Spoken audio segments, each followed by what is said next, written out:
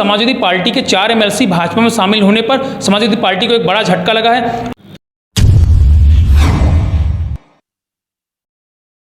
नमस्कार, आप सभी का द यूपी टीवी में एक बार फिर से स्वागत है। दरअसल हम आज एक नए मुद्दे के साथ लेकर आए हैं। इस समय पार्टियों में चाहे भाजपा की पार्टी ले लो या समाजवादी पार्टी ले लो या फिर कांग्रेस की पार्टी ले लीजिए, इसमें घमासान मचा हुआ है आने जाने का। अगर बात की जाए तो समाजवादी पार्टी में कांग्रेस के लोग शामिल हो रहे हैं, भारतीय जनता पार्टी में समाजवादी पार्टी के लोग शामिल हो रहे हैं। अगर वहीं कांग्रेस की बात की जाए तो कांग्रेस की पार्टी में भी अन्य दलों के लोग शामिल हो रहे हैं इस चुनाव को लेकर।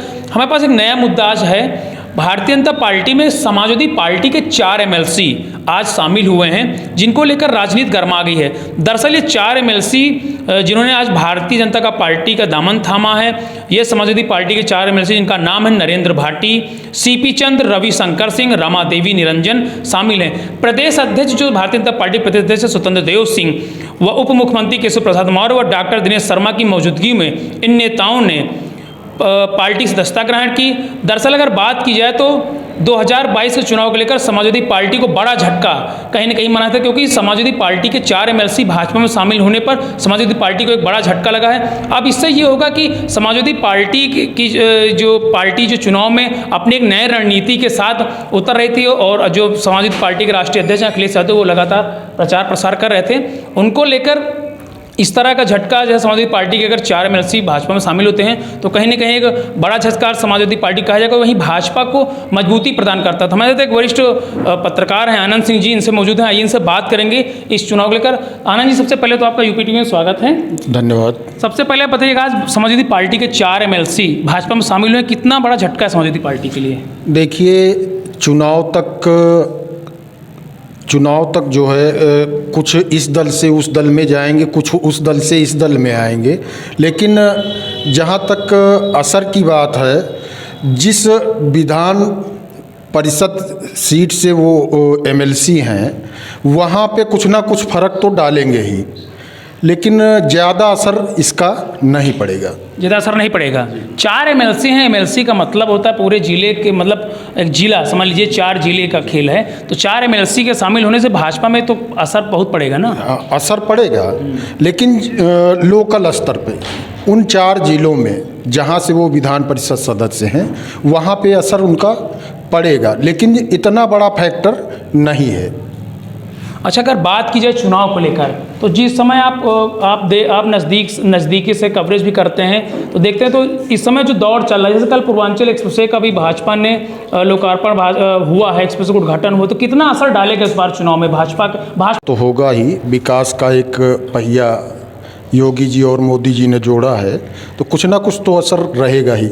अच्छा, समाजवादी पार्टी का कहना कि ये प्रोजेक्ट जो है हमारा तैयार किया गया था, लेकिन जो फीता जो है भाजपा के लोग काट रहे हैं। देखिए, ये सही है कि समाजवादी पार्टी ने इस प्रोजेक्ट को लॉन्च किया, लेकिन उनके कार्यकाल में बना नहीं, बनाया भाजपा सरकार ने है, तो ये उन्हीं की उपलब्धि मानी जाएगी। अच्छा, अब प्रियंका गांधी लगातार इस समय कांग्रेस का चाहे मोर्चा देख लीजिए यूपी में चुनाव को लेकर लगातार डटी हुई हैं, तो अकेले प्रियंका के दम पर कितना कांग्रेस सफल रहेगी इस बार विधानसभा चुनाव में? देखिए, जहाँ तक प्रियंका जी की बात है, मेहनत कर रही हैं, क्षेत्रों का दौरा कर रही हैं, कुछ ना कुछ तो वोट प्रतिशत बढ़ेगा ही।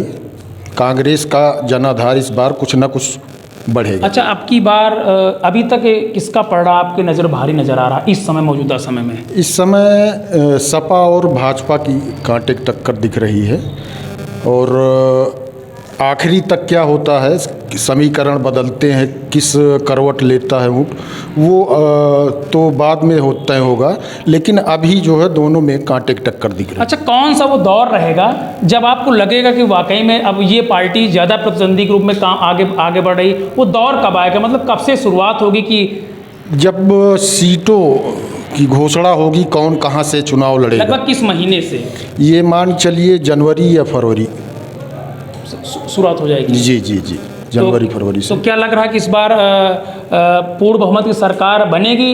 मतलब जिसकी बनेगी पूर्ण बहुमत की बनेगी आपके नज़र से लग रही है, या फिर मिलीजुली सरकार रहेगी? अभी ये तय नहीं किया जा सकता है। उस समय समीकरण क्या होते हैं उसके आधार पर ही। अच्छा, इस समय के समीकरण के हिसाब से क्या लग रहा है? इस समय तो अभी तो भाजपा पड़ा भाई। हाँ, भाजपा का पलड़ा भारी है, और उस समय क्या हालात होते हैं तब फिर देखा जाएगा।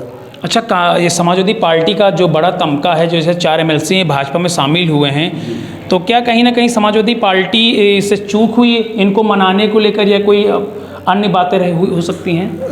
अन्य ये सपा की अंदरूनी बातें हैं, क्या कारण रहे होंगे एमएलसीओ के समक्ष, ये तो वही जाने, लेकिन कहीं ना कहीं उन जनपदों में असर तो पड़ेगा ही। रमा निरंजन एक फेमस चेहरा बताया जा रहा है समाजवादी पार्टी का, तो उनके आने से जैसे अगर तो कहीं विधायकों का भी टचअप हो सकता है, शायद हो सकता है।